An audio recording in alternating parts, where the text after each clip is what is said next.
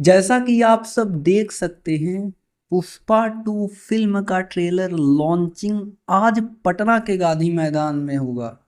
लेकिन वहां पर भी पवन सिंह का पावर का जादू चल रहा था। जो भी सभी ऑडियंस वहां पर पवन सिंह के लिए काफी ज्यादा उत्सुक हैं। सभी लोगों के द्वारा यही बोला जा रहा है कि पवन सिंह को आना चाहिए था, तभी तांडव होगा, गर्दा मचेगा। और पवन सिंह का गाना लॉलीपॉप गाने को गांधी मैदान में बजाया गया था, बजाया जा भी रहा था जैसा कि आपने देखा। और जो कि आप सबको पता ही होगा कि पवन सिंह का लॉलीपॉप के बिना हर पार्टी अधूरा है, चाहे वो साउथ के एक्टर्स का हो, चाहे वो बॉलीवुड वाले हो।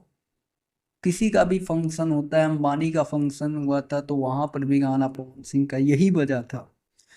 और आपको बता दें, अल्लू अर्जुन और रश्मिका मंदाना पटना में हैं, गांधी मैदान में उनकी शो पूरी तरीके से चल रही है। और तो लॉलीपॉप गाना ना बजे ऐसा कभी हो सकता है? पवन सिंह जाएं या फिर ना जाएं, उनका जादू तो वहां पर चलता ही है।